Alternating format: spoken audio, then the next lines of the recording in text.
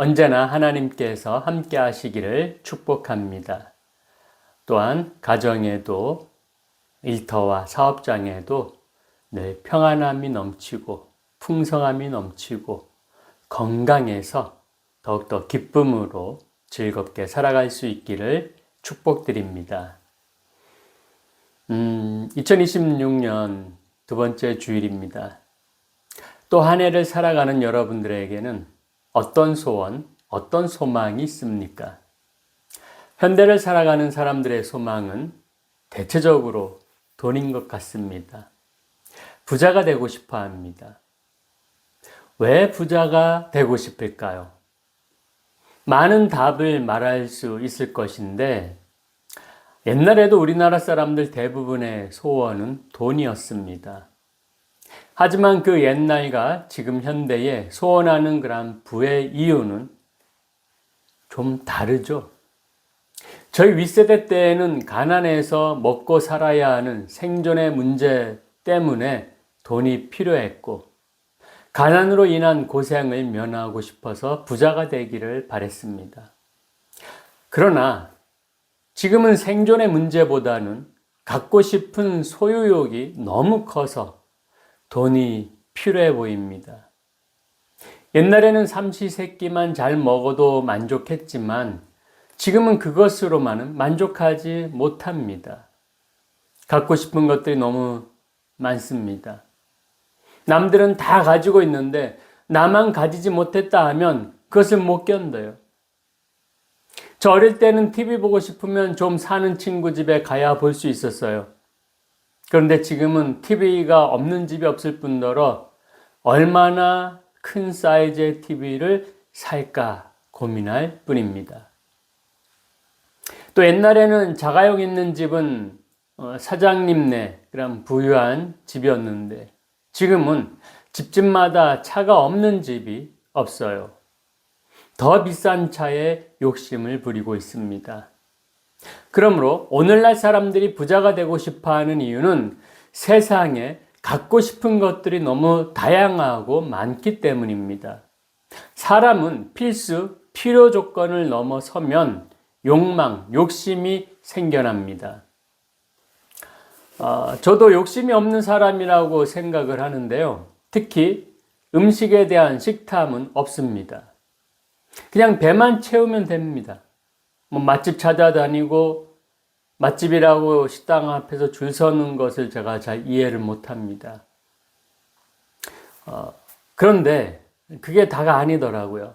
저한테도 욕심이 있더라고요. 그것이 뭐냐 하면 안 먹어본 것 먹어보고 새로운 것 보면 먹어보고 싶고 종류대로 다 먹어보고 싶은 마음이 있더라고요. 그래서 31가지 아이스크림 가게에 가면은 한 입씩 이것저것 다 먹고 싶은 마음이 꼭 듭니다.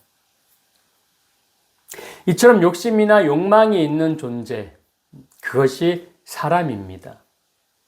여러분, 성경을 보면 사람이 어떤 존재인지 처음 알려주는 것이 나오는데 그것이 바로 창세기 3장입니다.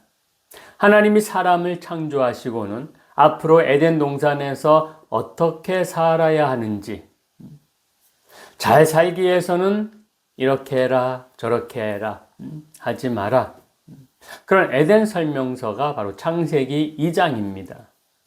2장에서 설명서가 끝나고 3장의 설명서대로 살아가는 그 주인공이 등장합니다. 3장에 나오는 첫 번째 주인공이 누구지요? 여자입니다. 그리고 그 여자에게 뱀이 접근해서 선악과를 먹도록 유혹을 합니다. 창세기 2장 에덴 설명서에 하나님이 유일하게 하지 말라라고 금지된 항목이 있었어요. 뭘까요? 창세기 2장 17절입니다. 선악과를 알게 하는 나무의 열매는 먹지 말라. 네가 먹는 날에는 반드시 죽으리라 하시니라. 아멘. 선악과를 먹지 말라. 먹으면 반드시 죽는다. 아주 무서운 말입니다. 그 과일 하나 먹었는데 죽는다. 그러니 행복하게 잘 살려면 선악과는 먹지 말아야 하고 아예 쳐다도 보지 말아야 그 신상에 좋은 것입니다. 그런데 사탄은 바로 그것을 가지고 사람을 공격하는 겁니다. 하나님이 하지 말라 하신 그 금기를 어기게 합니다. 사탄이 사람에게 하는 일은 사람이 죄짓도록 하는 것입니다. 죄는 하나님께서 가장 싫어하는 거죠. 우리는 하나님이 가장 싫어하시는 그 죄를 짓지 않도록 죄에 대해서 분명하게 알아야 합니다. 죄가 무엇입니까? 죄는 하나님이 하지 마라 하는 것을 행하고 하라 하는 것을 하지 않는 것입니다. 하나님 말씀 반대로 하는 것, 그거 다 죄입니다. 그러면 하나님을 모르는 사람, 믿지 않는 사람은 죄와 상관없을까요? 아니죠. 하나님이 하라 또는 하지 말라라는 말씀에 불순종하는 것에만 죄가 성립되는 것이 아닙니다. 사람이 불순종을 할 때 생각이나 마음속에 하나님이 더 클까요? 내가 클까요? 불순종하는 내가 더 큽니다. 내가 하나님보다 크고, 내가 하나님보다 앞서고, 내가 하나님보다 위에 있어요. 그러니 하나님 말을 듣습니까? 불순종을 하는 겁니다. 시선이 내 앞에 계신 하나님께 가지 않고 다른 곳을 보니 불순종하게 됩니다. 그러니 내 마음에 또 내 생각에 하나님이 없는 거예요. 그게 죄인 겁니다. 하나님을 모르는 것이 죄입니다. 하나님께 시선을 향하지 않는 게 죄입니다. 믿는 우리도 수시로 하나님보다 나를 더 주장할 때가 많고 시선을 다른 곳으로 돌릴 때가 많지 않습니까? 그러므로 이 세상 모든 사람은 나는 죄와 상관없다라고 말할 수 있는 사람이 사실상 없습니다. 안 그런가요? 야, 저 아이스크림 먹어보고 싶다 할 때 예수님 생각해요? 이때 시선과 마음이 주님을 잠시 떠납니다. 아이스크림만 향하죠. 내 욕심이 그곳으로 향합니다. 그래서 지금 우리에게 가장 필요한 것은 아이스크림보다, 음식보다, 탐하는 것보다 우리를 죄에서 구원해 주실 예수 그리스도입니다. 예수님을 믿어야 하는 이유를 엉뚱한 데서 찾지 마시기를 부탁드립니다. 창세기 2장의 주인공 여자는 먹고 사는데 아무런 걱정과 또 근심이 없는 풍족한 사람이었어요. 선악과를 먹을 필요가 전혀 없었어요. 그런데 뱀이 여자의 욕심과 욕망을 끌어냅니다. 그리고 결국 먹게 만들었어요. 먹으면 하나님처럼 눈이 밝아져. 내 말이 거짓말인지 한번 먹어봐. 욕망으로 바라본 이 선악과는 어떻게 생겼을까요? 창세기 3장 6절입니다. 여자가 그 나무를 본즉 먹음직도 하고 보암직도 하고 지혜롭게 할 만큼 탐스럽기도 한 나무인지라. 여자가 그 열매를 따먹고 자기와 함께 있는 남편에게도 주매 그도 먹은지라. 아멘. 선악과는 원래 그냥 열매였어요. 저처럼 식탐이 없는 사람은 사과나무에 사과들이 열린 것을 보면은 야, 사과 많이 달렸다. 색깔 좋네. 이렇게 생각만 하고 그걸로 끝이에요. 그런데 먹는 것 좋아하는 사람은 야, 저 사과들 맛있게 보인다. 맛있겠다. 먹고 싶다. 이런 말을 합니다. 이처럼 여자에게 욕망이 생기자 선악과가 먹음직도 하고 보암직도 하고 탐스럽게 보인 것입니다. 이쁘고 먹고 싶고 꼭 갖고 싶은 탐심이 난 것이었어요. 그래서 선악과를 따먹고 말았습니다. 그래서 이제 옛날에 제 어릴 때 교회 남학생들이 여학생들에게 이런 말을 하죠. 야, 너네 여자 때문에 지금 우리가 에덴 동산에 살지 못하고 이렇게 고생하고 있는 거 아니야? 근데 그건 잘못 알고 말하는 거죠. 왜 그런지 창세기 3장 6절 후반부 말씀을 볼까요? 자기와 함께 있는 남편에게도 주매 그도 먹은지라. 자기와 함께 있는 남편 아담에게 줬다는 거죠. 여자가 뱀의 게임을 당하는 그 순간에 아담이 함께 있었어요. 왜? 뱀의 유혹을 막지 못하고 왜 여자를 죄에서 보호하지 못했을까요? 남자도 뱀의 유혹에 동의했던 것입니다. 그러니 여자가 선악과를 따서 줄 때 거절하지 않고 받아 먹은 것입니다. 야, 먹으면 안 돼. 안 돼. 막지 않고 손살에 치지 않았던 거죠. 결국 여자나 남자나 사람은 다 똑같다라는 것입니다. 탐심이 있고 누구나 죄에서 자유롭지 못한 것입니다. 또 한편 이런 말을 하는 사람이 있습니다. 왜 아담과 하와가 지은 죄를 가지고 지금 우리에게까지 죄를 연결시키는 겁니까? 저는 그렇게 큰 나쁜 죄 지은 것 같지 않은데요. 그 답이 창세기 3장 20절에 있습니다. 아담이 그의 아내의 이름을 하와라 불렀으니 그는 모든 산자의 어머니가 됨이더라. 아멘. 에덴 동산에서 아담이 맡은 사명이 여러 개 있는데 그 중에 하나가 바로 장명가입니다. 아주 이름을 기가 막히게 지입니다. 산, 나무, 풀, 열매, 동물, 새 등 세상에 있는 모든 그러한 이름들, 대명사를 다 아담이 지었습니다. 그런데 여자의 이름은 그냥 여자였어요. 히브리어로 이샤라고 합니다. 이샤. 하지만 죄를 지은 후 하나님께 혼나서 여자는 임신하는 고통이 있을 것이며 수고하고 자식을 낳을 것이다 라는 선고를 받게 됩니다. 그 후 아담이 여자를 하와라고 부릅니다. 그리고 그 뜻은 모든 산자의 어머니입니다. 그러므로 모든 살아있는 자의 어머니는 하와가 되는 거예요.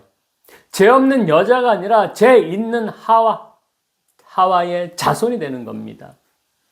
이것을 죄의 유전죄라고 합니다. 그래서 살아있는 우리는 오늘날에도 죄의 유전으로 죄와 상관없을 수가 없습니다. 살아있는 자의 어머니 하와가 우리의 어머니가 되는 것이죠. 그러므로 죄인된 우리의 바른 태도는 머리 숙여 회개하며 은혜를 구하는 것입니다. 여러분, 우리 모두 죄인임을 인정하고 하나님 앞에 겸손으로 은혜를 구할 수 있기를 부탁드립니다. 여기서 하나 더 생각해 봅시다. 하나님께서 사람을 창조하신 이유가 무엇일까요? 에덴 동산에 관리인이 필요해서 그렇게 창조하셨을까요? 아닙니다. 사람을 사랑하셔서입니다. 우리가 잘 아는 요한복음 3장 16절 어떻게 시작하죠? 하나님이 세상을 이처럼 사랑하사. 하나님이 사랑하시기 때문에 에덴 동산을 만드시고 그 속에서 행복하고 기쁘게 잘 살기를 원하셨습니다. 여러분, 에덴에서 살면 얼마나 좋을까요? 기쁘고 즐겁고 만족하며 행복하게 사는 것이 아름다운 삶이지 않겠습니까? 하나님은 사람이 아름다운 인생으로 살기를 원하십니다. 그러나 죄가 있으면 행복할 수 없습니다. 죄는 하나님의 뜻이 아니기 때문입니다. 하나님의 뜻은 하나님 사랑 많이 받으면 아름다운 삶을 살 수 있다는 것입니다. 하나님이 사랑하시는 우리는 하나님 뜻대로 아름다운 인생이 돼야 할 줄로 믿습니다. 사람의 기본적인 먹고 사는 욕구가 해결되면 그 다음 사람은 욕심이 더해져서 다양한 상품, 다양한 물건에 눈이 갑니다. 세상에는 먹음직도 하고 보암직도 하고 탐스럽게 보이는 것들이 너무 많습니다. 그래서 돈이 많이 필요한 것입니다. 그래서 부자가 되고 싶은 겁니다. 여러분, 부자 되고 싶습니까? 여러분, 모두 부자가 되시길 바랍니다. 부자가 나쁘다고 말하지 않는 것입니다. 다만 어떤 부자가 돼야 할지 잘 선택해야 합니다. 사람들은 어느 날 부자가 됐다 하면 뭐라고 할까요? 야, 저 사람 복 받았다. 예, 그렇게 말하죠. 성경에서 복 받은 사람이 누가 있을까요? 네, 복 하면 아브라함이죠. 창세기 12장 2절입니다. 내가 너로 큰 민족을 이루고 내게 복을 주어 내 이름을 창대하게 하리니 너는 복이 될지라. 아멘. 아브라함은 복을 받아서 복의 근원이라고 불립니다. 아브라함은 자기가 잘 살고 있는 고향을 하나님께서 떠나라. 이 떠나라 하신 하나님 말씀대로 떠납니다. 그래서 강약길을 걸어가야만 했지만 복을 받고 부자가 되었습니다. 또 아브라함의 아들 이삭은 아버지의 재산을 이어받았으나 그 받은 대로 정말 잘 사는 부자가 되었죠. 근데 우리가 잘 아는 것처럼 부모의 재산을 물려받는다고 반드시 부자로 사는 건 아닙니다. 탕진하고 안타깝게 사는 사람들도 참 많습니다. 그러나 이삭은 아니었습니다. 창세기 26장 3절에서 4절 말씀입니다. 이 땅에 거류하면 내가 너와 함께 있어 내게 복을 주고 내가 이 모든 땅을 너와 내 자손에게 주리라. 내가 내 아버지 아브라함에게 맹세한 것을 이루어 내 자손을 하늘의 별과 같이 번성하게 하며 이 모든 땅을 내 자손에게 주리니 내 자손으로 말미암아 천하 만민이 복을 받으리라. 아멘. 이삭은 아버지 아브라함처럼 복을 받았습니다. 양과 염소 등 가축들이 넘쳐났습니다. 그 많은 가축들을 먹이려면 물이 필요한데 우리가 잘 아는 대로 이삭이 땅만 파면 그냥 물이 콸콸콸 쏟아져 나왔습니다. 그 당시 물은 오늘날 석유와 같은 그런 값어치가 있었습니다. 중동 지역은 물이 귀하기 때문입니다. 가뭄이 들면 사람들이 살기 힘든 곳이었습니다. 그래서 아브라함 때도 그렇고 이삭 때도 그렇고 가뭄이 들면 애굽으로 피난을 갔습니다. 애굽은 라인강이 있어서 물이 풍족했기 때문입니다. 그래서 목축업을 하는 사람들에게 물은 생명의 줄기였습니다. 그 귀한 생명수가 쏟아지는 우물을 이삭은 가는 곳마다 파서 만드니까 엄청난 부자가 된 것입니다. 여기서 우리는 아브라함과 이삭이 부를 이루는 공통점을 발견할 수 있어야 합니다. 그들의 부의 비결은 하나님께 순종하는 것에서부터 시작된다는 것입니다. 창세기 26장 5절입니다. 이는 아브라함이 내 말을 순종하고 내 명령과 내 계명과 내 율례와 내 법도를 지켰음이라 하시니라. 아멘. 아브라함은 하나님을 거스리는 우상 도시에서 떠나라 할 때 즉각 순종했습니다. 아들을 바쳐라 시험했을 때도 순종했습니다. 이삭 또한 다르지 않았습니다. 아버지가 너가 하나님의 재물이다 라고 했을 때 순종했습니다. 그 외 이삭의 생애는 순종의 삶이었고 거스름이 없었습니다. 그리고 그들은 부자가 되고자 하는 욕망도 없었습니다. 욕심을 부리거나 욕망의 실현을 위한 어떤 부정을 저지르지도 않았습니다. 겸손과 순종으로 하나님의 약속을 믿었고 하나님이 주시는 것에 만족했고 모든 소유가 하나님의 것이니 하나님께 드리고 넘쳐나는 복을 사람들에게 흘려보내야 되는데 전혀 주저함이 없었습니다. 하나님의 복을 받은 이들은 최초의 사람 아담과 하와와는 달랐습니다.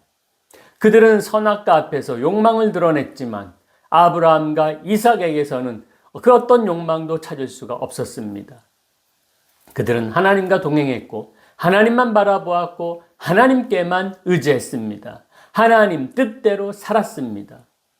그들의 인생에 자신이 하나님보다 앞서거나 자신의 뜻을 하나님 뜻보다 더 크게 생각하지 않고 먼저 내세우지도 않았습니다. 그것이 그들을 아름다운 인생으로 살게 만든 이유였습니다. 하나님보다 앞서지 마시고 하나님보다 자신을 더 큰 존재로 만들지 마십시오. 그래야 하나님께 순종할 수 있습니다. 예수님도 자신의 생명을 십자가에 던지는 그러한 결정에서 하나님 뜻에 순종했습니다. 그 순종이 죄로 인해 죽을 수밖에 없는 인류를 구원하셨습니다. 그래서 예수님이 가장 아름다운 인생의 모델이 되신 것입니다. 여러분들도 아름다운 인생이 되도록 부단히 노력할 수 있기를 부탁드립니다. 사무엘상 15장 22절입니다. 사무엘이 가로되 여호와께서 번제와 다른 제사를 그 목소리 순종하는 것을 좋아하심같이 좋아하시겠나이까? 순종이 제사보다 낫고 듣는 것이 수양의 기름보다 나으니. 아멘. 순종이 모든 제사, 모든 형식보다 낫다라고 말씀합니다. 사울왕은 순종하지 못하여 그만 왕의 자리에서 물러나야만 했습니다. 사울왕이 순종하지 못한 것은 그가 하나님보다 앞섰기 때문이었습니다. 왕이라는 권력에 도취되어서 군중들의 인기라는 것에 눈이 멀어서 자신에게 하나님이 보이지 않았습니다. 그저 자신만 보였습니다. 그래서 사무엘은 사울왕에게 순종이 제사보다 낫습니다 라고 그렇게 강력하게 말하고 있는 것입니다. 권면하는 것입니다. 내가 하나님보다 앞설 때 아름다운 인생을 살 수가 없습니다. 내가 하나님보다 커질 때 아름다운 인생을 살 수 없습니다. 그러나 다윗은 하나님만 의지하였고 하나님께만 순종하여 하나님을 기쁘시게 하였습니다. 하나님만 바라보고 하나님만 찬양했더니 그에게 담대한 믿음이 생겼습니다. 그 담대한 믿음으로 승리하는 사람이 되었습니다. 복의 사람이 되었습니다. 다윗의 시편 16편 2절입니다. 내가 여호와께 아뢰되 주는 나의 주님이시오니 주밖에는 나의 복이 없다 하였나이다. 아멘. 여러분, 우리에게 담대한 믿음이 없습니까? 하나님을 찬양하시기 바랍니다. 하나님만 바라보시고 하나님만 의지할 수 있도록 기도하시기 바랍니다. 담대한 믿음이 생겨날 줄 믿습니다. 다윗이 하나님보다 앞서지 않을 수 있는 자세가 주님은 나의 주님입니다 라는 고백이었습니다. 내가 주님의 것이다. 나는 주님의 것입니다. 이 마음은 전적으로 하나님의 소유임을 고백하는 믿음입니다. 내가 주님의 것이니 내가 살 이유도 주님이시고 내가 나아갈 길도 주님이시고 내가 피할 길도 주님이십니다. 내 생명, 내 소유 주님의 것이니 어찌 세상에 대해서 내가 겁을 내고 두려워하겠습니까? 내가 두려워할 상대는 하나님밖에 없습니다. 주님밖에 없습니다.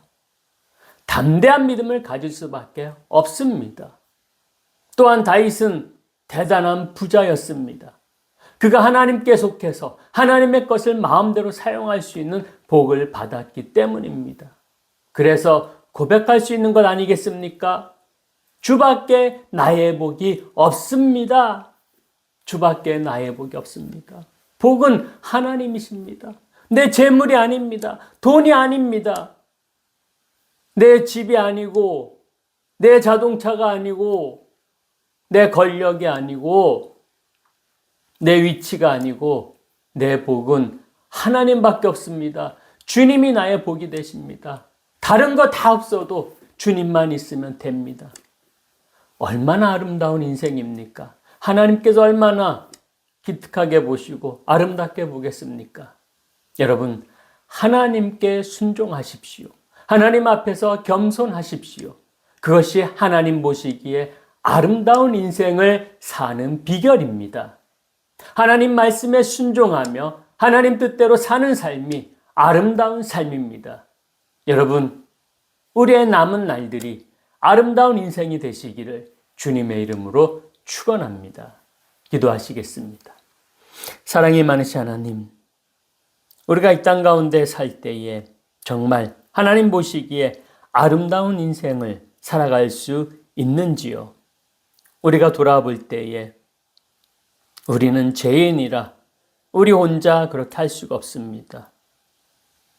그래서 우리는 욕심을 내고 욕망을 드러내고 죄를 짓고 하나님보다 앞서려고 하고 하나님 말씀에 순종하지 않습니다. 그러나 이제 저희들이 결단하기를 하나님 앞에서 아름다운 인생을 살기를 소망합니다. 하나님보다 앞서지 않겠습니다. 하나님께 순종하겠습니다. 하나님만 의지하겠습니다. 하나님만을 찬양하겠습니다. 주님, 결단하는 저희들에게 아름다운 인생을 살아갈 수 있도록 복을 더하여 주시옵소서. 주님만이 나의 복입니다. 감사드리며 거룩하신 예수님 이름으로 기도드리옵나이다. 아멘.